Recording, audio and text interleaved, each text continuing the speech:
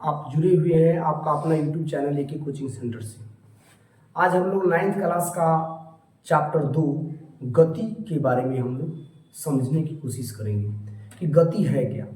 जैसे देखिए, हम लोग अपने आसपास के बहुत सा पदार्थ देखते हैं, जैसे टेबल हो गया, कुर्सी हो गया, कलम हो गया और बहुत सारे आसपास पदार्थ देखते हैं। क्या वो लोग भी गति में रहते हैं? कुछ ऐसे जैसे बस देख लिए, क्या वो गति में रहते हैं? टेबल क्या गति में रहता है? ब्रेंच क्या गति में रहता है? कुर्सी क्या गति में है? ये बोर्ड क्या गति में है?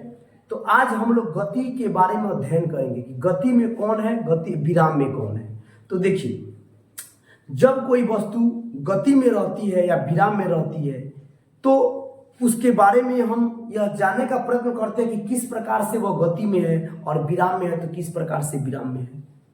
जैसे मान लीजिए 2 ट्रेन देखे हैं आप लोगों ने, तो 2 ट्रेन देखते हैं तो 2 ट्रेन अगर के स्टेशन पर खड़ी है तो एक ट्रेन जो होती है चलती है तो दूसरी ट्रेन लगता है कि ये भी चल रही है। जैसे आप मान लीजिए कि ट्रेन ए में बैठे हैं और कोई व्यक्ति ट्रेन में बी में बैठा है। अगर ट्रेन ए चलती है तो ट्रेन ए जब स्टार्ट होगी तो वो तो गति में हो जाएगी, लेकिन जब हम लोग खिड़की से देखते हैं, ट्रेन ए में बैठे हैं और ए से ए चल रही है, ए से जब खिड़की से देखते हैं तो लगता है कि बी भी चल रही है। तो यह क्या हो गई? सापेक्षिक गति हो गई। तो गति में कौन है, विराम में कौन है, कैसे समझेंगे कि यह गति में है, कैसे समझेंगे कि विराम में है। आइए इसको परिभाषा के माध्यम से समझने का प्रयत्न करते हैं कि जब कोई वस्तु समय के साथ स्थान नहीं बदलता है, यानी समय के साथ, मान लीजिए कि हमारा घड़ी में टाइम 2:10 हो रहा है, चाहे 1:05 हो रहा है, तो 1:05 के बाद में हम देखेंगे कि 1:06 हुआ है तो क्या वहीं पर है कि आगे की तरफ बढ़ा है। तो अगर वहीं पे है तो विराम में है। अगर समय के साथ उसके गति में परिवर्तन हुआ, यानी एक स्थान से दूसरे स्थान तक चला गया, तो वो क्या है? गति में। तो देखिए, जब कोई वस्तु समय के साथ स्थान नहीं बदलता है तो उसे विराम में कहा जाता है। जैसे टेबल हो गया, कुर्सी हो गया, समय के साथ उसका स्थान में परिवर्तन नहीं हुआ। और जब कोई वस्तु समय के साथ निश्चित बिंदु के सापेक्ष अपना स्थान बदलता है, निश्चित बिंदु का मतलब हो गया कि जैसे मान लीजिए यहाँ पर कॉलम है और यहाँ पर निश्चित बिंदु पर है और यहाँ से जैसे ही आगे की तरफ बढ़ेगा तो इसका मतलब क्या हुआ? और समय भी समय के साथ बढ़ रहा है, यानी 1 सेकंड में कितना गया, 2 सेकंड में कितना गया, 3 सेकंड में कितना गया, 1 मिनट में कितना गया, 2 मिनट में कितना गया, तो स्थान बदलता है तो उसे गति में कहा जाता है। यानी विराम और गति में समझ में आ गया अंतर। यानी जब कोई, एक बार फिर से हम इसको री कर देते हैं, जब कोई समय के साथ उसका स्थान में परिवर्तन होता है तब गति में कहते हैं। और जब कोई समय के साथ स्थान में परिवर्तन होता है तब गति में कहते हैं। जब कोई समय के साथ कोई वस्तु उसके स्थान में परिवर्तन नहीं होता है तो विराम में कहते हैं। आपेक्षित गति जो होता है, विराम एवं गति परस्पर सापेक्षित होते हैं। तो सापेक्षित का मतलब क्या होता है? सापेक्षित में गति और विराम सापेक्षित में होते हैं। सापेक्षित का मतलब क्या होता है? जैसे मान लीजिए कि जैसे अभी उदाहरण हमने दिया ट्रेन ए और ट्रेन बी का, तो ट्रेन ए और बी में कोई व्यक्ति, आपका दोस्त मान लीजिए बी में बैठा है, हम ए में बैठे हैं, तो एक जब ट्रेन स्टार्ट हो गया तो हम खिड़की से जब देखते हैं तो लगता है कि बी भी चल रही है। तो इसका मतलब कुछ वस्तु हमें गति में दिखाई पड़ती है, कोई वस्तु को हम देख सकते हैं कि गति में है और कुछ वस्तु को हम नहीं देख सकते कि गति में है कि नहीं है। अब जैसे बस चल रही है, व्यक्ति कोई चल रहा है, बिल्ली दौड़ रही है, कुत्ता दौड़ रहा है, तो ये सब क्या है? गति में है, स्थान परिवर्तन हो रहा है। लेकिन कुछ गति हमें दिखाई नहीं पड़ती है। जैसे देख लीजिए, हमारे शरीर के अंदर धमनियां चल रही है, हृदय की गति चल रही है, क्या हमें दिखाई पड़ता है? नहीं दिखाई पड़ता है। तो जो दिखाई पड़ता है, कुछ वस्तु क्या होती है? गति में दिखाई पड़ती है, कुछ वस्तु गति में नहीं दिखाई पड़ती है। तो ये जो हो गया गति, विराम और क्या है, दोनों सापेक्षित होते हैं। इसके बारे में हम लोग समझे। आइए ग्राफ के माध्यम से समझते हैं, क्योंकि दिशा का ज्ञान बहुत जरूरी है फिजिक्स में। क्योंकि सदिश अदिश आगे हम लोग को पढ़ना है, तो सदिश वेक्टर जो है, वेक्टर के बारे में जब हम लोग पढ़ेंगे तो उसमें दिशा का ज्ञान होना बहुत जरूरी है कि दिशा कैसे हम लोग यह नोट करेंगे कि यह दिशा किस दिशा में है। जैसे परिणाम और दिशा पता हो तो जिसका परिणाम और दिशा दोनों पता हो वो क्या हो जाएगी?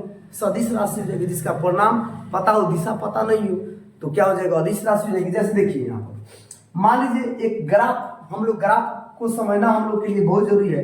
यहाँ पर देखिए उत्तर, एक ट्रिक याद कर लीजिए, उ पू द प। इसका मतलब हो गया उ से उत्तर, पू से पूरब, द से दक्षिण, प से पश्चिम। तो याद रखें क्लॉक वाइज डायरेक्शन में जब हम चलेंगे यानी फिर दाहिने तरफ से चलेंगे, उ पू द प, यानी उत्तर पूरब दक्षिण पश्चिम। ये क्या हो गया, एक ग्राफ में यहाँ पर ओ होता है, ओ का मतलब होता है ओरिजिन, ओरिजिन का मतलब होता है मध्य बिंदु, ओरिजिन का मतलब क्या होता है, मध्य बिंदु। ये लाइन जो है इसको बोलते हैं क्षैतिज रेखा, जो सोई हुई रेखा होती है उसको बोलते हैं क्षैतिज रेखा, जो खड़ी रेखा होती है उसको बोलते हैं ऊर्ध्वाधर रेखा। तो जो क्षैतिज रेखा होती है वह क्या होती है, एक्स इसको बोलते हैं, एक्स से डिनोटेट करते हैं। और मध्य बिंदु के बाएं की तरफ हमेशा क्या होता है, एक्स डैश होता है। मध्य बिंदु से ऊपर की तरफ क्या हो जाएगा, वाई होता है, और मध्य बिंदु से नीचे की तरफ क्या होता है, वाई डैश होता है। एक और हम ग्राफ लेके समझते हैं, जैसे मान लीजिए यह जो होता है 0 हो गया, ओ हो गया, एक्स हो गया, एक्स डैश हो गया, वाई हो गया, वाई डैश हो गया। देखिए दाहिने हाथ की तरफ प्लस होता है 1 2 3, बाएं हाथ की तरफ क्या हो जाएगा, माइनस हो जाएगा, ऊपर की तरफ क्या हो जाएगा, प्लस हो जाएगा, और नीचे की तरफ क्या हो जाएगा, माइनस हो जाएगा। तो यानी हमारे मध्य बिंदु से या ग्राफ में दाहिने हाथ की तरफ क्या हो जाएगा, प्लस होता है, और बाएं हाथ की तरफ क्या होता है, माइनस होता है, ये सब माइनस हो जाएगा। तो इसको बोलते हैं प्रथम पाद, प्रथम पाद या प्रथम चतुर्थांश, प्रथम चतुर्थांश बोलेंगे इसको, या इसको बोलते हैं फर्स्ट क्वाड्रुपेड। और यह क्या हो जाएगा, सेकेंड यानी द्वितीय पाद या द्वितीय चतुर्थांश, द्वितीय चतुर्थांश। यानी एक वृत्त है, इसका जब हम क्या करेंगे, इसको जब 4 भाग में 90 डिग्री कोण पर बनाएंगे तो देखिए 4 भाग होता है, यानी 4 भाग को क्या कहते हैं, चतुर्थांश, यानी चौथा अंश है। एक वृत्त का क्या है, एक सर्किल का चौथा अंश है। यह हो जाएगा तृतीय चतुर्थांश, तृतीय चतुर्थांश, और यह हो जाएगा चतुर्थांश।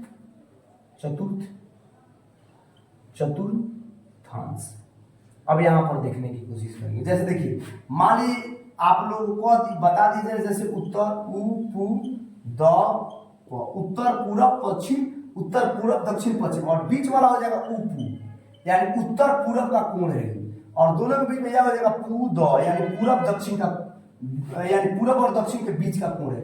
यह हो जाएगा आपका द प, यानी दक्षिण पश्चिम का कोण है। यह हो जाएगा आपका प उ, यानी पश्चिम और उत्तर का क्या है, कोण है। अब जैसे देखेंगे, मान लीजिए आपसे कहा जाए, थोड़ा सा इसको एक बार इसका स्क्रीनशॉट ले लीजिए। अब इसको हम तुरंत क्या करते हैं, इसको मिटा के और हम देखते हैं। जैसे देखिए, जैसे मान लीजिए हमको 5 किलोमीटर पूरब जाना है। जैसे कोई व्यक्ति कह रहा है कि हम, यह मैथमेटिक्स का लगभग क्वेश्चन हो रहा है आप लोगों को, जैसे कोई कह रहा है कि 5 किलोमीटर पूरब, एक में हो जाएगा, 2 में हो जाएगा। कोई बता दिया कि गोलघर से पटना 5 किलोमीटर दक्षिण। अब पता नहीं है, क्योंकि हम पटना तो गए नहीं है, पूरी तरह से हमें पता नहीं है, लेकिन हम मान लेते हैं कि गोलघर से पटना 5 किलोमीटर दक्षिण में है। तो 5 किलोमीटर दक्षिण में, तो मान लीजिए गोलघर है, तो देखिए यहां पर ऐसे हम बनाएंगे। आप लोग को याद अभी बताया गया, उ पू द प, यानी उत्तर पूरब दक्षिण पश्चिम। तो गोलघर, मान लीजिए गोलघर से पटना 5 किलोमीटर दक्षिण, तो दक्षिण मेरा किधर हुआ, यहाँ पर 5 किलोमीटर दक्षिण, ठीक है। तो 5 किलोमीटर दक्षिण नीचे हो गया। एक और क्वेश्चन मान लीजिए लेते हैं, 5 किलोमीटर पूरब, तो 5 किलोमीटर पूरब किधर है, इधर उ पू यानी पूरब, यहाँ पर 5 किलोमीटर है। अब कोई क्वेश्चन आप लोगों से जैसे पूछे कि मान लीजिए कि रवि अपने घर से 5 किलोमीटर पूरब चलकर 5 किलोमीटर पूरब चलकर 90 90 डिग्री बाएं बाएं मुड़कर 4 किलोमीटर 4 किलोमीटर बाएं मुड़कर 4 किलोमीटर उत्तर चलता है तो अपने गंतव्य स्थान से कितनी दूरी पर है? तो ध्यान दीजिए, अपने गंतव्य स्थान से कितनी दूरी पर है। तो देखिए रवि अपने घर से 5 किलोमीटर पूरब चलता है, तो पूरब हो गया, देखिए पूरब हो गया, यानी बताए ना उ पू द प, यानी उत्तर पूरब दक्षिण पश्चिम। तो 5 किलोमीटर, यहाँ पर 5 किलोमीटर पूरब चलकर 90 डिग्री बाएं मुड़ता है। याद रखिएगा 90 डिग्री हो, 45 डिग्री हो, 30 डिग्री हो, कुछ भी पूछिए तो हम बाएं कहेगा तो हमारा देखिए हम इधर चले तो मेरा बायां हाथ इधर है तो हम इधर की तरफ मुड़ेंगे। दाएं कहे तो दाएं किधर मुड़ेंगे? नीचे की तरफ, ठीक है। तो यहाँ पर 90 डिग्री मुड़ा है तो इधर आ जाएगा इसका मुंह। जैसे देखिए हम यहाँ पर सीधे खड़े हैं, फिर सीधे जब खड़े होंगे इधर तो हम कितना जाएंगे? 90 डिग्री, यानी जब 90 डिग्री हम मुड़ेंगे, देखिए 90 डिग्री कोण बन रहा है। अगर यही 45 डिग्री कहता तो हम किधर मुड़ जाते? इधर मुड़ जाते, यहाँ पर, ये दोनों के बीच में मुड़ जाते। तो 90 डिग्री बाएं मुड़कर 4 किलोमीटर उत्तर चलता है। देखिए 4 किलोमीटर ऊपर क्या हो गया? अब उत्तर हो गया, किलोमीटर उत्तर चला। तो अपने गंतव्य स्थान से कितनी दूरी पर है? तो देखिए गंतव्य स्थान यह है, ए से चला बी तक गया, बी से गया सी तक गया, अब यहाँ से यहाँ तक की दूरी। तो देखिए AC स्क्वायर, AC बराबर क्या होता है? देखिए यानी कर्ण, इसको बोलते हैं कर्ण, यह हो गया लंब, यह हो गया आधार। तो कर्ण स्क्वायर बराबर क्या होगा? लंब स्क्वायर जोड़ आधार स्क्वायर, यानी कितना हो जाएगा? AB का स्क्वायर जोड़ BC का स्क्वायर। तो AB का कितना? 5 का स्क्वायर जोड़ कितना हो जाएगा? 4 का स्क्वायर। तो 25 प्लस 4 चौका 16, 25 और 16 कितना हो जाएगा? 6 5 11 के हाथ में 1 3 1 4 41, तो रूट अंडर 41 हो जाएगा। रूट अंडर 41 किलोमीटर क्या हो जाएगा? चल जाएगा। तो ये हो गया दिशा का ज्ञान। अब दिशा के ज्ञान में हमको नहीं लग रहा है कि कहीं से आप लोग को दिक्कत होना चाहिए। अब जैसे मान लो एक और चीज ले लेते हैं, अब कहीं कहे जैसे पश्चिम कहे तो यहाँ पर गंतव्य स्थान से तो उ पढ़ देना, उ पू द प लिख दीजिएगा। पश्चिम कहेगा पश्चिम चलना है, 100 किलोमीटर कहेगा, उत्तर कहेगा उत्तर जाना है, पूर्व कहेगा तो पूर्व जाना है, दक्षिण कहेगा तो दक्षिण जाना है। अब इसका बहुत महत्वपूर्ण है हमारे, जैसे आप लोग को सिद्ध करना हो करेंगे हम, S बराबर UT plus half AT square. ये सब जो सूत्र है, जो दूरी सूत्र है, इसमें बहुत काम आने वाला है। तो ये चीज जो है ध्यान पूर्वक आप लोग देख लीजिएगा। दिशा का ज्ञान बहुत जरूरी है। दिशा के ज्ञान के बाद में हम लोग आइए नेक्स्ट टॉपिक पढ़ते हैं। अब आइए हम सदिश अदिश के बारे में समझने का कोशिश करते हैं, समझने का प्रयत्न करते हैं कि सदिश क्या है, अदिश क्या है। तो देखिए सदिश में केवल परिणाम पता होता है, और सदिश में परिणाम और दिशा दोनों पता होता है, और अदिश में जो होता है केवल परिणाम पता होता है। जैसे हमको 5 किलोमीटर पटना जाना है, तो देखिए 5 क्या हो गया? परिणाम हो गया। मीटर क्या हो गया? मात्रक हो गया। या किलोमीटर क्या हो गया? मात्रक हो गया। और पूरब जाना है या पश्चिम जाना है, वो क्या होगा? दिशा हो गया। तो दिशा और परिणाम दोनों पता होता है, लेकिन अदिश राशि में केवल परिणाम पता होता है। जैसे 5 किलो आलू, तब मान लीजिए 5 किलो आलू जो है किस दिशा में है? दिशा पता है? नहीं पता है। तो जिसकी दिशा पता नहीं हो, केवल परिणाम पता हो, उसको अदिश राशि कहते हैं, और जिसका दिशा और परिणाम दोनों पता हो उसको क्या कहते हैं?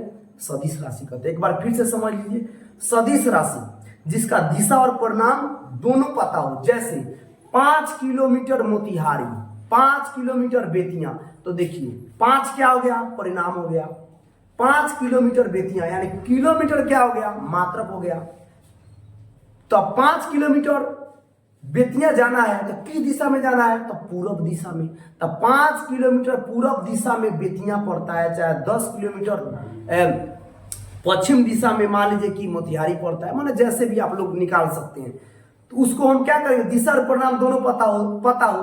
अब मान लीजिए हमको 5 किलोमीटर या 500 किलोमीटर पूरब हमको पटना जाना है, तब 500 किलोमीटर पूरब, तब 500 क्या हो गया? परिणाम हो गया।